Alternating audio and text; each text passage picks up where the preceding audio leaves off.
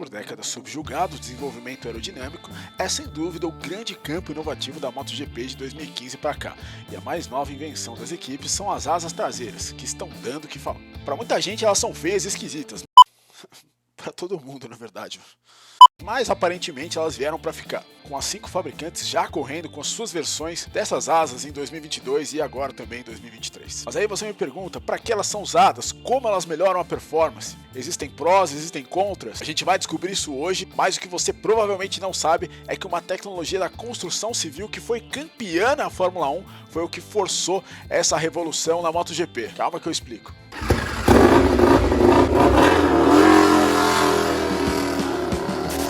O ano era 2017. A Ducati vinha em franca evolução depois de ter vencido 2 corridas na temporada anterior, quando de repente ela aparece nos testes de Sepang com uma rabeta diferente, com um compartimento estranho. À época não se sabia o que havia no local.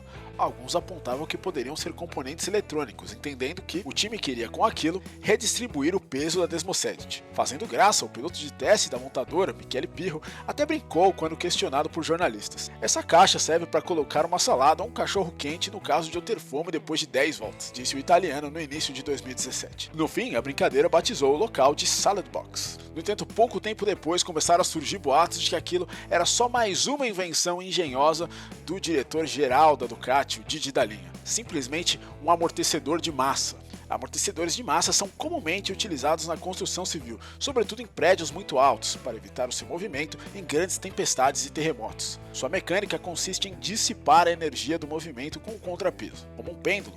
Quando o edifício vai para um lado, o lastro, rodeado de amortecedores e cabos que suavizam seu deslocamento, vai para o outro para reduzir a movimentação. Essa tecnologia chegou ao esporte a motor pela equipe Renault na Fórmula 1. Depois de testar a novidade em 2005 e implementá-la no GP da Itália, ela foi vital para o melhor momento da história do time francês no campeonato, com o espanhol Fernando Alonso e o italiano Giancarlo Fisichella ao volante. Assim como nos edifícios, o amortecedor visava reduzir o balanço e o efeito rebote vertical da suspensão na dianteira do carro, tido em zebras, por exemplo, dando ao piloto mais estabilidade e confiança. No fim, sua implementação teve 2 pontos positivos: minimizar o trabalho da suspensão, mas também manter as asas operando com mais efetividade por mais tempo, por sofrerem menos movimentações.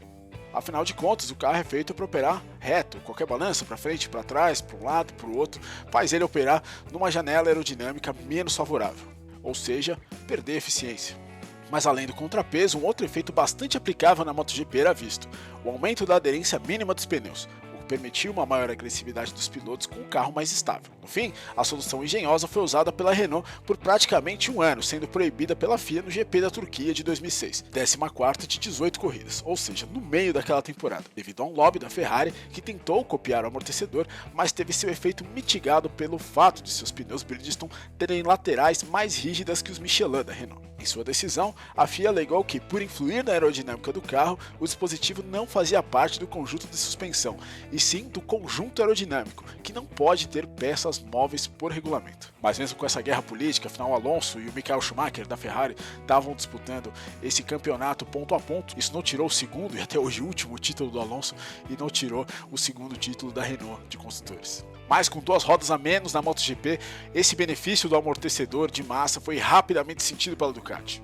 Além da maior estabilidade em acelerações e frenagens por seu posicionamento na rabeta da moto, ficou claro rapidamente que ele ajudava a diminuir um problema crônico das motos: a perda de apoio da roda traseira na aproximação das curvas. E mais apoio na traseira é igual a mais equilíbrio, o que se traduz em mais aderência, que pode ser usado pelos pilotos para frear mais tarde. Mas mesmo com a Ducati levando certa vantagem nisso, essa invenção ela foi até meio esnobada no início e não foi copiada tão rapidamente pelas concorrentes. Mas como tudo na vida, tempo é o senhor da razão. A Repsol Honda tentou por vezes incorporar o amortecedor em sua moto, primeiro em 2019 e depois em 2021, iniciando seu uso em corridas em 2022. Já a Aprilia, desde 2020, conta com um amortecedor na rabeta. E para saber se um time está usando ou não está usando o amortecedor, é só prestar atenção na ponteira do escapamento na traseira. Se ela não estiver centralizada com a rabeta, significa que o espaço está ocupado com um amortecedor como mecanismo de antivibração. Quer dizer, isso no caso de motos V4, né? No caso da moto 4 em linha, como é a Yamaha, não daria para perceber isso, até porque a Yamaha nem usa esse amortecedor. Enfim, Yamaha e KTM nunca utilizaram um amortecedor de massa e, coincidência ou não, são elas as equipes que utilizaram as maiores asas traseiras na rabeta. Mas o amortecedor de massa e o seu uso são rodeados de mistérios. Para que se tenha uma ideia, a primeira vez que ele foi revelado em uma foto foi apenas no GP da Holanda de 2022, após um acidente de Fábio de Gianantonio. E, curiosamente, não foi por um fotógrafo profissional, e sim por um fã que achou estranho ver, entre aspas, uma mola saindo da rabeta da Desmosedit. Na imagem podemos ver componentes eletrônicos, seus cabos e um amortecedor com contrapeso no meio. E como já deu para entender, para maximizar o efeito do amortecedor, vieram as asas traseiras horizontais. Primeiramente testadas pela Aprilia em Mugello em 2022, elas visam manter a traseira da moto no chão utilizando a força do ar, trazendo a aderência extra com um maior benefício, fazendo o piloto poder frear mais tarde e virar com mais estabilidade. Todavia, a famosa e estranha asa Stegossauro, trazida pela Ducati pela primeira vez no GP da Grã-Bretanha de 2022 e subsequentemente copiada pela Honda, ainda no ano passado, tem como premissa funcionar sob inclinação na entrada da curva, fornecendo mais downforce, o que por consequência traz mais velocidade de contorno. Repare que sob inclinação, o desenho da asa fica bem mais evidente do que com a moto de pé. Enfim, a ver onde vai parar essa guerra aerodinâmica para manter a traseira no chão. De um lado a gente tem a Ducati, a Honda e a Aprilia com os amortecedores de massa. Do outro a gente tem a KTM com um conjunto de asas que começou triangular nesse ano de 2023 e depois do wildcard do Dani Pedrosa em Jerez virou quadrado, né? Parecido aquelas antenas de TV, aquelas antenas internas de TV. Já a Yamaha, que usa um pacote aerodinâmico praticamente igual ao de 2018 até hoje, ficou para trás e não tem nenhuma coisa nem outra por enquanto. Mas isso apesar de ter testado uma asa traseira gigante durante a pré-temporada de 2023, mas que acabou sendo jogada fora, descartada aí pelos pilotos. Mais um entre muitos motivos pelos quais a marca japonesa ficou para trás nessa revolução técnica da MotoGP. Aguardemos as cenas dos próximos capítulos. Está aí, outro motivo pelo qual a administração da Ducati, do Didi da linha, tem feito história nos últimos anos. Muito bem, mas por esse vídeo é isso aí. Muito obrigado se você chegou até aqui. Se você gostou, considere um like, considere se inscrever aqui nesse canal para mais conteúdos como esse. E a gente se vê na próxima.